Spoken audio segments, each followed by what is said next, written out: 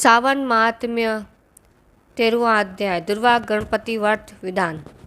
सनत कुमार बोले, हे भगवान, किस व्रत के द्वारा अतुल्य सौभाग्य प्राप्त होता है और मनुष्य पुत्र पौत्र धन ऐश्वर्य तथा सुख प्राप्त करता है।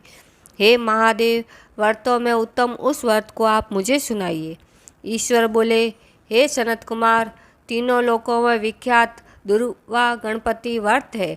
सर्वप्रथम भगवती पार्वती ने श्रद्धा के साथ इस व्रत को किया था। हे मुनि सत्तम, इसी प्रकार पूर्व में सरस्वती, महेंद्र, विष्णु, कुबेर, अन्य देवता, मुनिजन, गंधर्व, किन्नर, इन सभी ने भी इस व्रत को किया। श्रावण मास की शुक्ल पक्ष की शुद्ध व महापुण्यदायिनी चतुर्थी तिथि को इस व्रत को करना चाहिए, क्योंकि उस दिन सभी पाप समूह का नाश हो जाता है। चतुर्थी के दिन स्वर्ण पीठासीन स्थित एक दंत गजानन विघ्नेश की स्वर्णमयी प्रतिमा बनाकर उसके आधार पर स्वर्णमय दुर्वा को व्यवस्थित करने के पश्चात विघ्नेश्वर को रक्त वस्त्र से ताम्रमय पात्र के ऊपर रख कर सर्वतोभद्र मंडल में रक्त पुष्पों से अपामार्ग, समी, दुर्वा, तुलसी, वील पत्र, इन 5 पत्रों से अन्य उपलब्ध सुगंधित पुष्पों से, सुगंधित दिव्यों से, फलों से तथा मोदक से उनकी पूजा करनी चाहिए। इसके बाद उन्हें उपहार अर्पित करना चाहिए। इस प्रकार अनेक उपचारों से भी गिरजा पुत्र विघ्नेश की पूजा करनी चाहिए। इस प्रकार कहे सुवर्ण निमित्त इस प्रतिमा में विघ्नेश का आह्वान करता हूँ। कृपा निधि पधारे। इस स्वर्णमय सर्वोत्तम रतन जड़ित सिंहासन को मैंने आसन के लिए प्रदान किया है, इसीलिए विश्व के स्वामी इसे स्वीकार करें। हे उमासतु, आपको नमस्कार है। हे विश्वव्यापीन, हे सनातन, मेरे समस्त कष्टों को आप नष्ट कर दे। मैं आपको पाद्य समर्पित करता हूँ। हे गणेश्वर देव, उमा पुत्र तथा मंगल का विधान करने वाले को ये अर्घ्य प्रदान करता हूँ। हे भगवान, आप मेरे इस अर्घ्य को स्वीकार करें। विनायक, सूर तथा वर प्रदान करने वाले को नमस्कार है। नमस्कार है, मैं आपको ये अर्घ्य समर्पित करता हूँ, इसे ग्रहण करें। मैंने गंगा आदि सभी तीर्थों प्रार्थना पूर्वक ये जल प्राप्त किया है। ये सूर्यपुंग व आपके स्नान के लिए मेरे द्वारा प्रदत्त इस जल को स्वीकार कीजिए।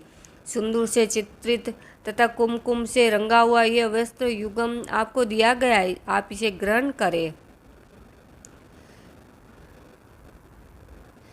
लंबोदर तथा सभी विघ्नों का नाश करने वाले देवता को नमस्कार है। उमा के शरीर के मल से आविर्भूत हे गणेश जी, आप इस चंदन को स्वीकार करें। हे सूर्यश्रेष्ठ, मैंने भक्ति के साथ आपको रक्त चंदन से मिश्रित अक्षत अर्पण किया है। हे सूर्य सत्तम, आप इसे स्वीकार करें। मैं चंपा के पुष्पों, केतकी के पत्रों तथा जपा कुसुम के पुष्पों से गौरी पुत्र की पूजा करता हूँ। आप मेरे ऊपर प्रसन्न हो। सभी लोगों पर अनुग्रह करने तथा दानवों का वध करने के लिए स्कंद गुरु के रूप में अवतार ग्रहण करने वाले आप प्रसन्नतापूर्वक ये धूप लीजिए। परम ज्योति प्रकाशित करने वाले तथा सभी सिद्धियों को देने वाले आप महादेव पुत्र को मैं दीप अर्पण करता हूँ, आपको नमस्कार है। इसके बाद गणानाम ताम इस मंत्र से मोदक, 4 प्रकार के अन्न, पायस तथा लड्डू आदि का निवेद्य अर्पण करें। मैं आपकी मुख शुद्धि के लिए आदर पूर्वक कपूर, इलायची तथा नागवली के दल से युक्त तांबूल आपको प्रदान करता हूँ। हिरण्यगर्भ के गर्भ में स्थित अग्नि के सुवर्ण बीज को मैं दक्षिणा रूप में आपको प्रदान करता हूँ, अतः आप मुझे शांति प्रदान कीजिए। हे गणेश, हे गणाध्यक्ष, हे गौरी पुत्र, हे गजानन, हे इभानन, आपकी कृपा से मेरा व्रत पूर्ण हो। इस प्रकार अपने सामर्थ्य के अनुसार विघ्नेश का विधिवत पूजन करके आप इसका निवेदित सामग्री सहित गणाध्यक्ष को आचार्य के लिए अर्पण कर देना चाहिए। उनसे प्रार्थना करें, हे भगवान, हे ब्राह्मण, दक्षिणा सहित गजराज की मूर्ति को आप ग्रहण कीजिए। आपके वचन से मेरा यह व्रत आज पूर्णता को प्राप्त हुआ है। जो मनुष्य 5 वर्ष तक इस प्रकार व्रत कर उद्यापन करता है, वह वांछित मनोरथों को प्राप्त करता है और देहांत के बाद शिवलोक को जाता है। अतः 3 वर्ष तक जो इस व्रत को करता है, वह सब सिद्धियाँ प्राप्त करता है। जो व्यक्ति उद्यापन के बिना ही उत्तम व्रत को किया करता है, विधि के अनुसार भी उसका जो कुछ भी किया होता है वह सब निष्फल हो जाता है। अब उद्यापन विधि सुनिए। उद्यापन के दिन प्रातः काल तिलों से स्नान करें। उसके बाद व्यक्ति एक पल या आध पल या उसके भी आधे पल की स्वर्ण की गणपति की प्रतिमा बनाकर पंचगव्य से स्नान कराए। भक्ति तथा श्रद्धा के साथ इन 10 नाम मंत्रों से दुर्वादलों से सम्यक पूजन करे।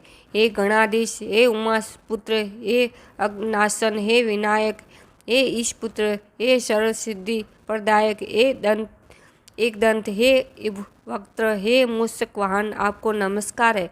आप कुमार गुरु को नमस्कार है। इन नाम पदों से पृथक पृथक पूजन करें। पहले दिन अधिवासन करके प्रातःकाल ग्रह होम कर दुर्वादलों तथा मोदकों से होम करना चाहिए। उसके बाद पूर्ण आहुति देकर ब्राह्मण आदि का विधिवत पूजन करना चाहिए और घट तुल्य धनों वाली गाय का दान अपनी सामर्थ्य के अनुसार करना चाहिए।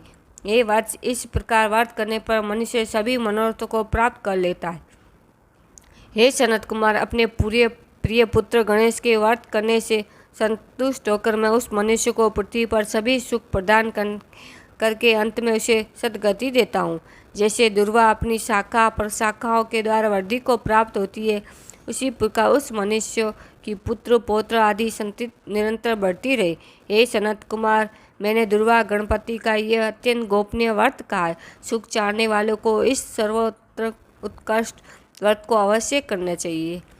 ईश्वर सनत कुमार संवात में सावन मास महात्म्य दुर्वा गणपति व्रत का 13वां अध्याय पूर्ण हुआ। जय श्री शिव शंकर गणपति महाराज की जय।